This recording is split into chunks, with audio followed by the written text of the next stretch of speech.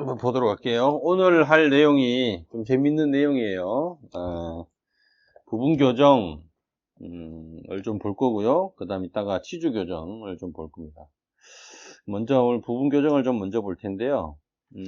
우리가 이제 요즘은 예전에 비해서 부분 교정에 대한 니드가 많아요. 그리고 원장님들도 부분 교정을 그냥 앞니만 좀 크라딩만 좀 폈으면 좋겠다, 그렇게 생각을 많이 하는데, 그럼 우리가 한번 생각을 해볼 문제가 있는데, 부분 교정을 하면은 더 쉽다고 생각을 많이 하시는데, 왜냐면 앞니 그냥 몇 개만 붙여서 하니까 편할 것 같잖아요, 그죠? 어금니를 안 해도 되니까 장치 붙이기도 좀 편할 수 있을 것 같고, 그래서 이제 되게 쉽고 편하다고 생각하는데, 또 하나가 부작용이 별로 없다. 어금니를 안 건드니까 앞에 보이는데 하니까 붙이기도 쉽고, 내가 눈에 보이니까 금방 또 끝난다. 이제 부분 교정이라 그러면 되게 뭐 쉽게 생각해요. 뭐 한 3개월 4개월이면 끝난다, 이렇게 쉽게 생각을 하시는데, 그래서 뭐 부작용이 적다고 생각하는데 딱히 그렇지는 않아요, 사실은. 부분 교정 케이스가 정말 잘 만나서, 내가 딱 그 선별을 잘해서 쉬운 케이스를 잘 하면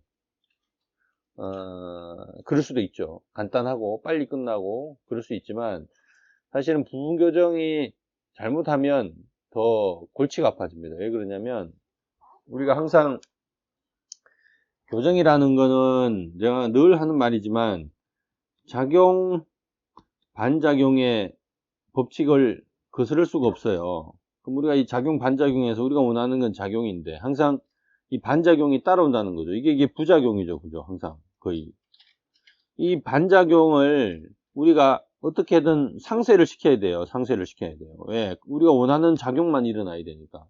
이 상쇄를 시키기 위해서 필요한 게 뭐냐? 앵커입니다. 그죠? 앵커 설정을 해서 이 반작용이 안 일어나게 해줘야 돼요.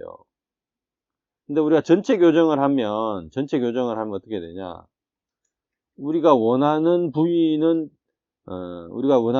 작용이 일어나고, 나머지는 앵커 역할을 해주기 때문에 전체 교정에서는 되게 쉬워요. 앵커 프랩이. 앵커를 설정을 하는 게 쉬운데, 부분 교정에서는 가장 큰 문제가 뭐냐면 이 앵커를 잡을 수 있는 게 없어요. 이게 가장 큰 어려움이에요. 그래서 이 사이드 이펙터를 잡을 수 있는 앵커가 없기 때문에 사실은 더 어렵습니다. 그리고 일어나면 그거를 해결할 수가 없어요. 예를 들어서 전체 교정을 할 때 하다가 보면 안테리어 바이트 디프닝이 일어납니다. 그죠? 안테리어 바이트 디프닝이 일어날 수 있어요. 그러니까 오버바이트이 깊어지는 거죠. 혹은 하다 보면 소구치 같은 데 바이트가 오프닝이, 구치부 바이트 오프닝이 돼요. 그러면 우리가 전체 교정할 때는 뭐 전치부 바이트가 깊어지면 뭐 인트루전 아치를 쓴다거나 뭐 그렇게 할 수도 있고, 아니면 리버스 나이타이를 넣어서 할 수도 있고, 바이트 오프닝이 되면 구치부 일라스틱을 끼면 돼요. 근데 부분 교정에서는 할 수가 없어요. 그거를 할 수가 없죠. 그렇기 때문에 어려움이 있는 겁니다. 그래서 부분 교정에서는 여러분들이 그러니까 이런 정말 쉽고 간단하게 하려면, 부작용 없이 하려면, 일단은 첫 번째가 뭐냐면 케이스 셀렉션이 되게 중요해요. 케이스 셀렉션이 중요하고요. 그 다음은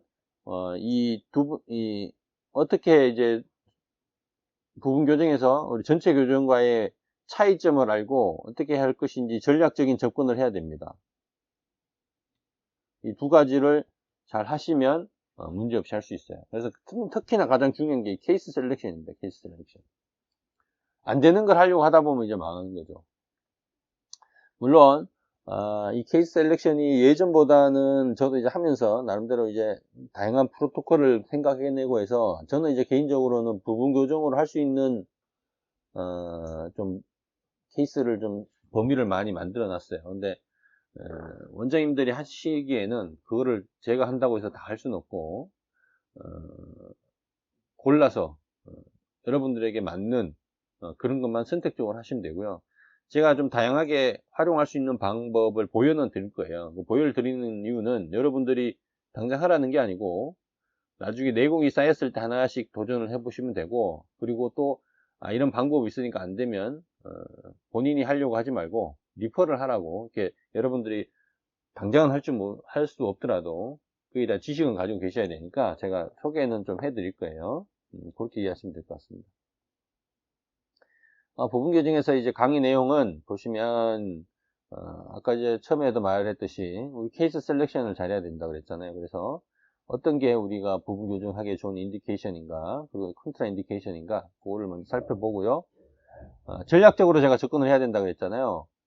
그러면 이 부분 교정이 전체 교정이랑 똑같이 본딩을 할 것인가? 그렇지가 않아요. 그래서 우리가 어떻게 본딩을 할 것인가, 그리고 부분 교정을 할 때 브라켓을 이용하는 부분 교정도 있지만 요즘은 이제 미니 튜브를 이용해서 많이 합니다. 튜브 둘 중에 어떤 걸 이용하는 게 더 효율적일 수 있을까? 그런 걸 한번 볼 거고요. 그 다음 전치부 딥바이트에서는 사실 부분 교정을 할 수가 없어요. 부분 교정을 할 수가 없는데 어떻게 그것을 우리가 극복할 수 있을 것인가에 대해서 한번 제가 보여드리도록 할게요.